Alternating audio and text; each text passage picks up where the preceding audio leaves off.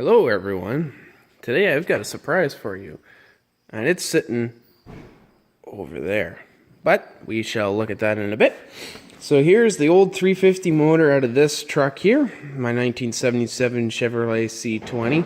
Which is a 3/4 ton. So as you can see, the frame has been coated with bed liner.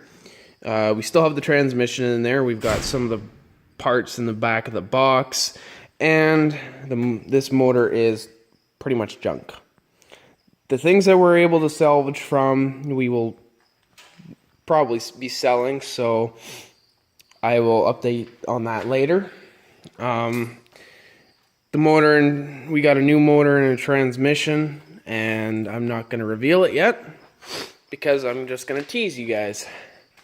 So here's all of our parts and stuff. From the original motor, we have the lifters, the head bolts, the push rods, and the hydraulic lifters. Or, excuse me, those were rocker arms, my bad. Those are the hydraulic lifters over there. They are still in fairly good condition. Still can be used on any motor, or any GM motor pretty well.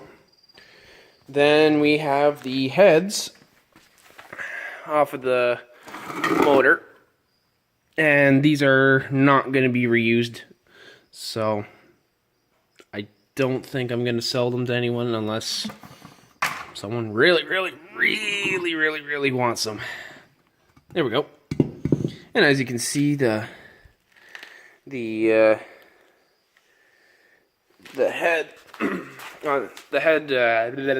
excuse me.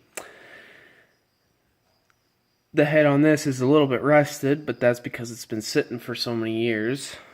The head on this one, actually, this head here dropped a valve, so it was like the exhaust valve was sitting down, and then over time it just rusted right out and rusted all out. There's the dual plane intake, there's the Rochester carb, there's my fuel pump, and then here's our starter. There's our hood, our exhaust manifolds. I'm going to be putting a set of headers on the new motor, so likely the headers off of that motor will join these ones here as well. So we got ourselves a fair amount of scrap metal. May or may not use the original valve covers on the other motor. So the new motor and transmission that we'll be using is, drum roll please, 305 with a TH350 transmission that's got overdrive. Now, most people would say, oh, why are you using a 305 instead of a 350 or big block Chevy? Well, simple. It is the easiest thing to get a hold of right now for me, and it comes with the transmission, all for about 150 bucks.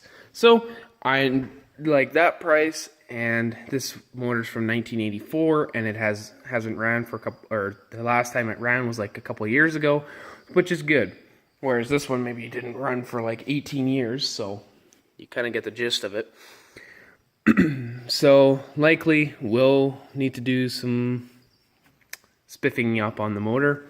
Also, we'll have to do some component changeover. Since this is 1984, this is when emissions controls were a little more rampant. So this carburetor isn't usable because the inside, I believe the the carburetor on the very inside is seized as far as I know. Oh, never mind. Anyways, well, we'll be swapping this to, this is looking like it's a Rochester 4-barrel. Well, we'll be swapping it to the other Rochester 4-barrel that's down there. And need a new fan. Gonna have to get a transmission cooler for this thing. And as you can see, there's a nice little mess inside my box. Excuse me. And it's gonna need new plugs. I don't know about new wires. It looks like the wires are in fairly decent condition.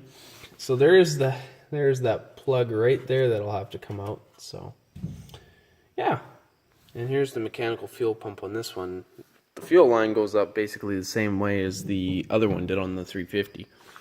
And pretty much all these motors are all identical. The 305 and the 350 block are the same. But that's what, if you can see the headers. I'm going to change those out and put a custom set on. I'm going to say that my 350, I'm going to call this a 350 about 1,000 times. But the 305 is going to be making about 300 horsepower. That's what I'm aiming for, is 300 horsepower. Nothing too fancy, nothing too crazy. So, yeah. Here I've got this little bit of work to do, is pull out this transmission and then pull out the motor and the engine from the back of the box, drop it in here, put the new cab on, and then give me 1 second. And so we're gonna just swap it that way. It's much easier to go to an automatic transmission with a cab that's meant for an automatic, not a standard. That's why we're doing that. And so that should be a lot easier, and the truck should be up and running who knows when. I kind of don't want to say, oh, it's going to be up running next month or at the end of this month. Because in reality, if it really was, it would already be up and running. But Aaron and I are both busy with work and other activities. I have a girlfriend. He doesn't. No big deal, but he's got other things to do. But I like to spend time with my girlfriend too, not just wrench in the shop all the time. But yeah, we all have our own lives, and then there's all our parts up there that we are still sifting through, making sure that we can use them and stuff. And that's basically about it. So, sorry if I bored you guys, but if you like this, please like, comment, and subscribe.